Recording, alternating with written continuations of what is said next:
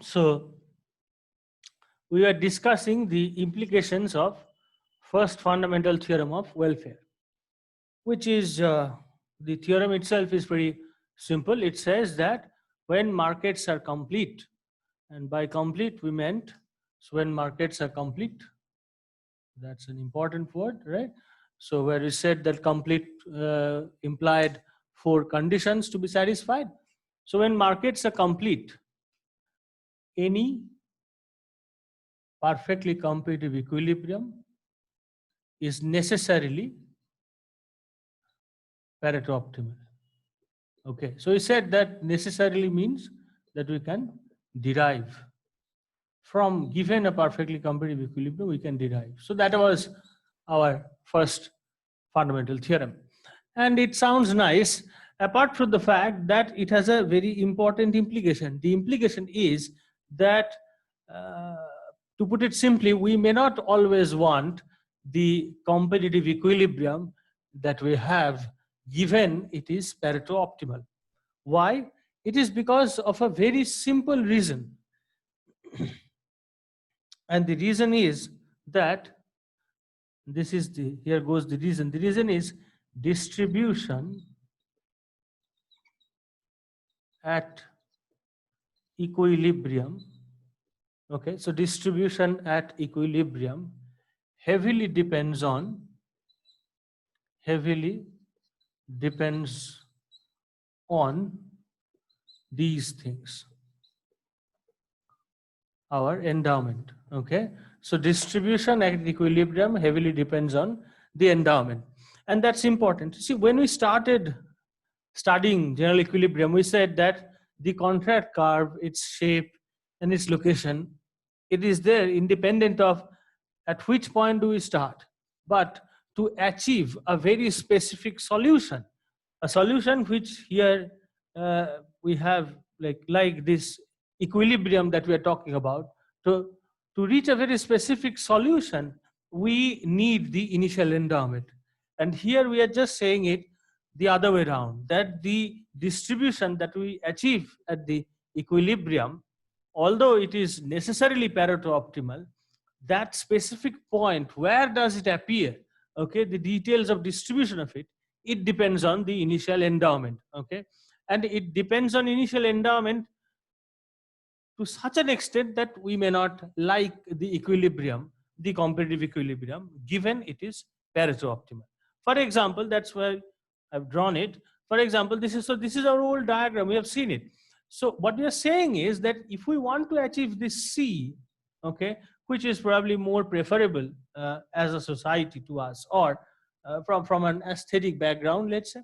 So if we want to achieve this C, we need an allocation, or we need to start from E1, or a very small set of choices. Okay, so we need to start from a point like this E1. Okay, and what we are also saying, and that is the most important part, that if we start from a point like E0, which is our OA here. So what is the speciality of OA? OA is the origin of person A. That means at OA, at this OA, A owns nothing. All right. So A owns nothing. At this point, B owns everything and A has nothing, zero of both the commodities. Now we have said that so if this is the competitive equilibrium, if this is the initial endowment, and we can have a competitive equilibrium right here. So we can have a situation where our C, that is our competitive equilibrium, okay, if we start from E0, we will see that our competitive equilibrium C will also appear here. Okay, so that's the problem with this. We start with A having nothing and B having everything, and then we have ended at the same point where A has nothing and B has everything. And given that, so that's a result that competitive equilibrium can generate. And that's a result which is Pareto optimal necessarily. But the point is that we do not like it. Okay, so we do not like it. We like more to have an equilibrium like this C. And we do not like to have an equilibrium like this OA here. So the question that we are asking is that, is there any way so that the competitive system itself generates this C? That's what we are asking. And that is the that is the bottom line which forms the second welfare theorem. Okay. So now I hope our question is clear. Okay. So now our question is this. Can we achieve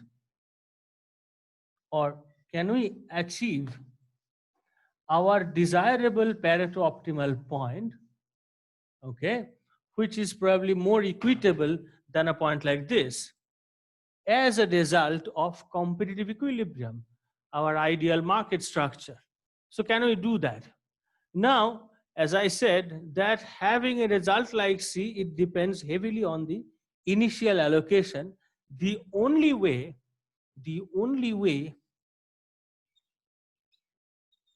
is to redistribute the initial allocation. Okay, the initial allocation.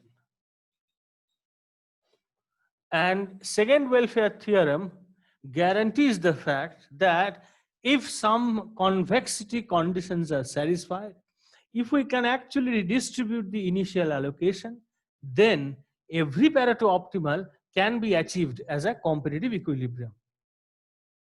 Okay, so that's the power of second welfare theorem, or rather that's it states that, okay, you want this Pareto optimal as a competitive equilibrium rather than having this competitive equilibrium as Pareto optimal.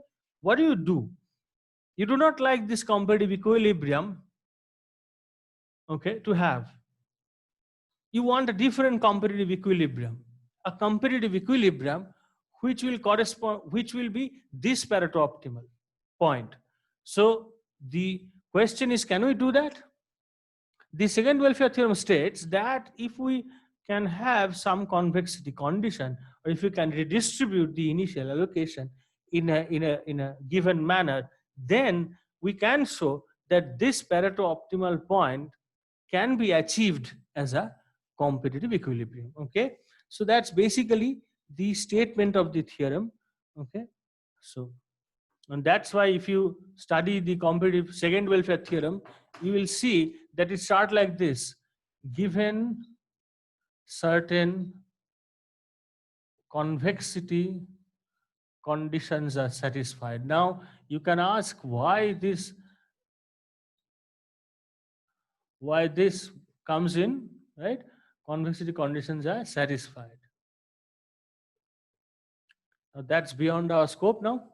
Okay, only in masters you'll be able to see the proof, which involves quite complex mathematics, which shows that yes, if there are certain convexity conditions satisfied, then we can have. So then every Pareto optimal can be achieved as competitive equilibrium. Okay, so then given these conditions are satisfied, we can actually bypass the bad implications of first theorem. Okay, so that's what it says. But now the question is how to redistribute. So once we know that a redistribution can give us a better result under perfectly competitive system, how to redistribute? One way is direct transfer of benefit. So what we are saying here is pretty simple. See, we want to go from this E0 to E so that we can achieve through competitive market structure this Pareto optimal point C. Okay, So how to do that? It's pretty simple. We are saying that, okay, at this point, B has everything. So let's tax B, okay? So that's what we are suggesting. So tax B, and not only tax B, and transfer that to A. So let us write it again here. Yeah. So what is our way?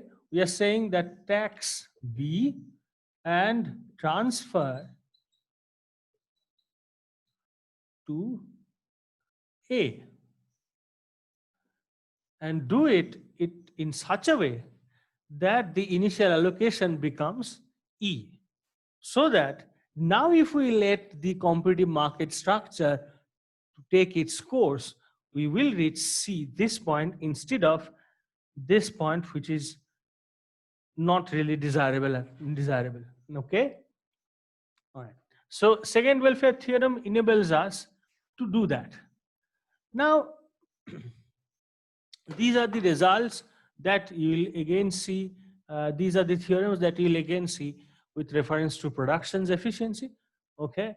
And then we will go to more complex structure. But whatever we have studied under the exchange in consumption, you get now the idea of how it looks like in the exchange between two consumers. It will be quite similar for exchange in production, and then we'll move on to match these results, or to take these results together and see what does it imply for the allocation of resources, so that it can produce in such a way that it is consumed at optimal.